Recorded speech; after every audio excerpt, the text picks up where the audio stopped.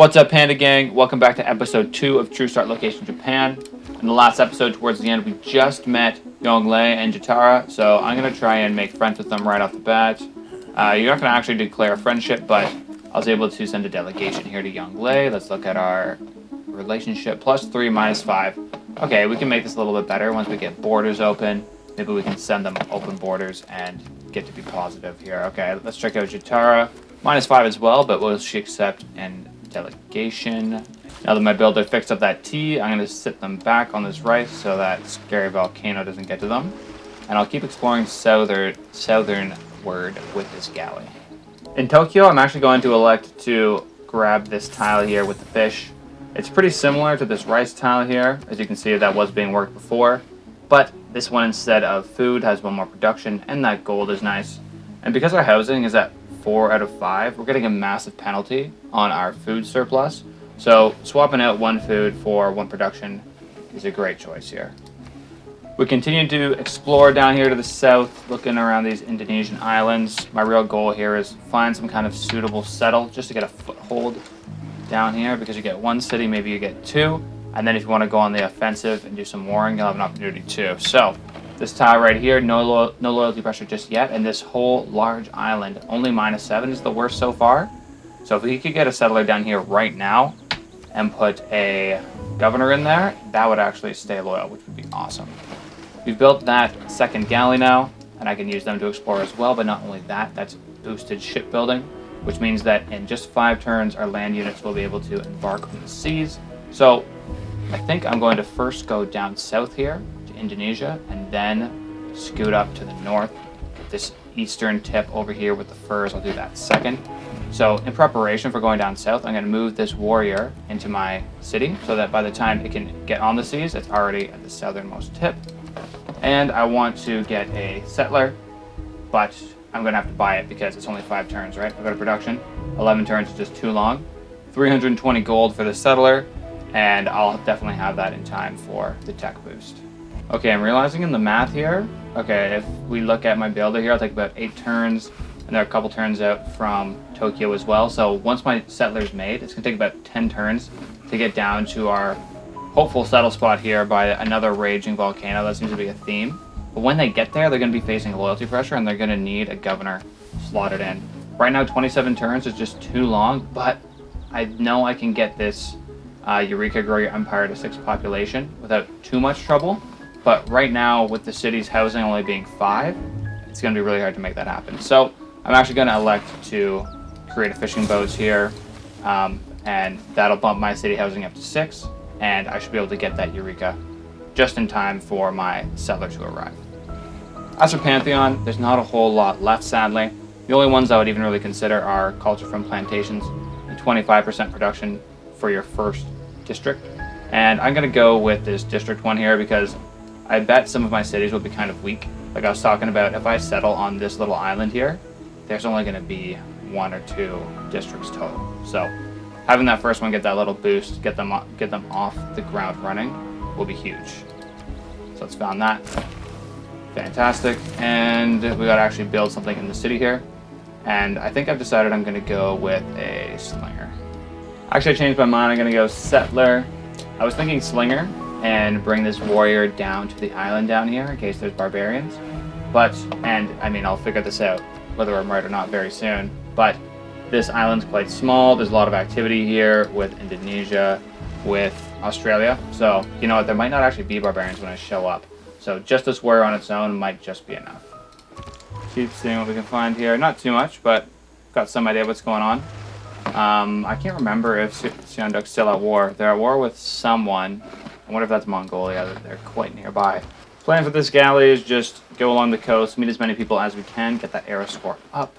Let's explore a little bit more of this island. Oh wow, Melbourne's right here. This is very close to the Australian mainland. Makes me a bit concerned for this loyalty pressure. Right now, it's still not too bad. Next turn. Who's got to move? Who's got to move? Okay, our warriors finally arrived here in the capital. That's awesome, and I've actually got enough to purchase settlers, so I'm going to go ahead and do that. Okay, now that my settler's actually been built, I got to make a decision here. Do we want to go for the Indonesian play, even though Australia's right here and pretty strong? Or do we want to go up north to clear out this barb camp and maybe settle in around here? I think I'm going to go for this northern play. It's a little bit safer, not quite as dangerous as going down south. And on top of all this, I'm going to actually have Tokyo focus on food production, because I'm looking here at this growing civilization to 6 pop. Right now I'm at 3, and I need to get this city up to 5 so that when I settle with this settler, that I actually get that Eureka and I get the governor in that first turn. Alright, so we're going to head up to the north here. And I guess I'll actually send this galley to provide some reinforcements for that too, as well as this builder, so that once we settle, I can claim the furs here, I can claim the furs over here, and that'll give my city happiness and in turn loyalty. And there we have shipbuilding. We can now embark onto the sea. Awesome. Unfortunately, could not get the open borders with Korea. We don't have anything to trade them in return because we don't have open borders yet. As for my next tech, I'm interested in celestial navigation because of the harbor. We're going to definitely want to be putting those in our cities a lot, because there's not many rivers and a lot of coast. But I'm actually going to go with bronze working and try to find out where this iron is as soon as possible, so that when I put these settles down, they're in the most opportune place and we're not missing out on an iron spawn by just like a tile or something. And finally, we're on the sea. It's so exciting.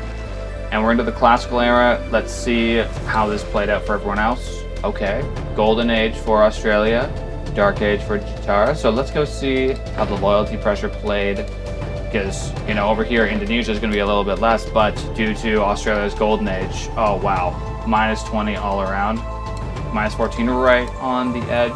That's not a very good settle either.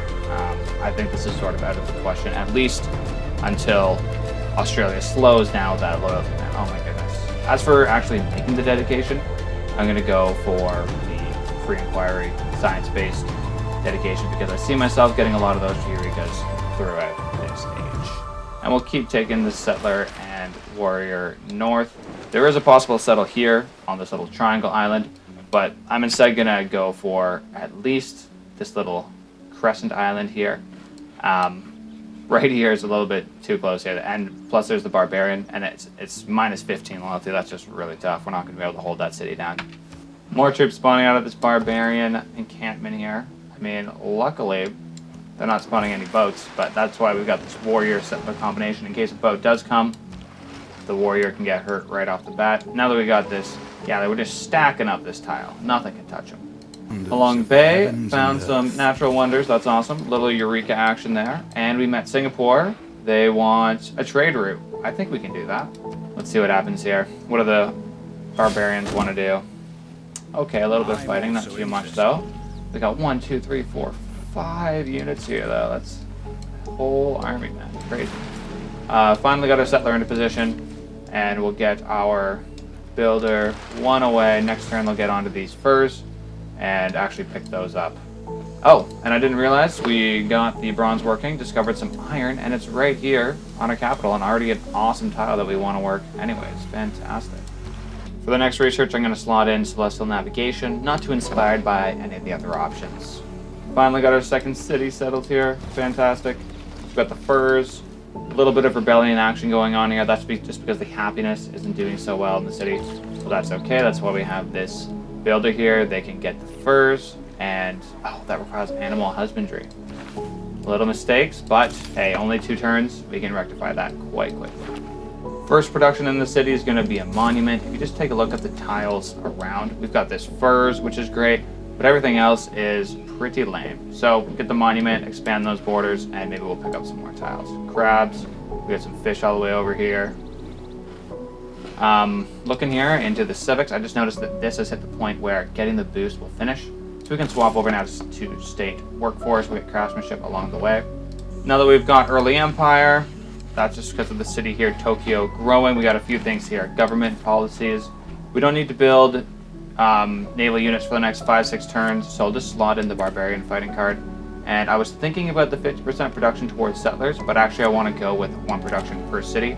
I think the settler card might give me slightly more of a production boost overall, like 1 production. But this way we'll have 1 production going to Osaka and 1 to Tokyo instead of all 3 in Tokyo, because Osaka just getting started can really use that help. Okay, finally our builder is here. It doesn't quite have the animal husbandry upgrade, so it can't do that yet on the furs. But for some reason, these barbarians have left open their camp defenseless. So I'm going to go prep here. If they do it again, I'm going to go stomp on it, take the gold, wipe them out. As for governors, who do we want to get here? I'm going to say, let's go with, who? Bengala.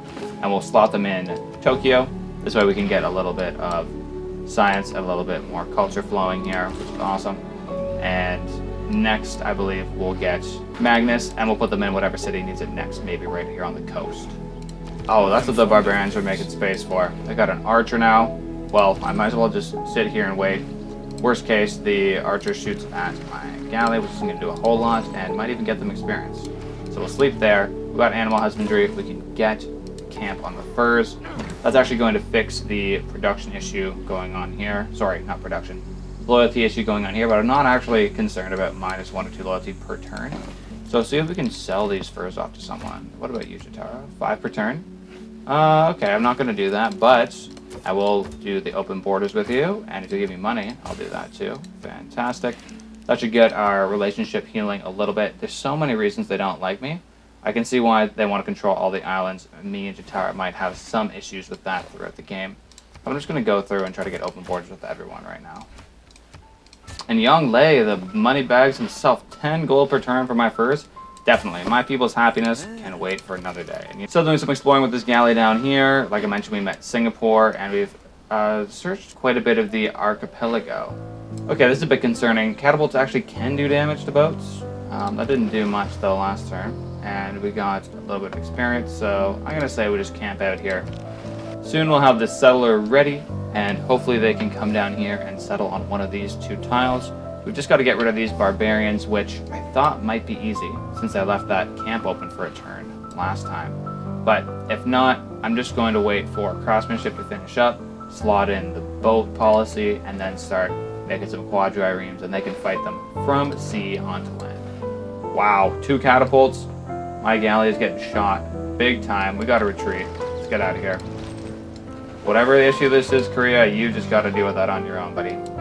This catapult better not start sieging me, man. I see it just looking at me here. I bet it can shoot. Anyways, we'll send this warrior over. I see a goodie hut here we can pick up. Maybe just sneak it in from the barbarians. While our galley heals up, our warrior might as well do something, right? And we've got another settler. Wow, -17 in both of these. That's just insane. There must have been something that went on in one of these cities over here. Maybe something got settled, or some cities grew at the exact same time.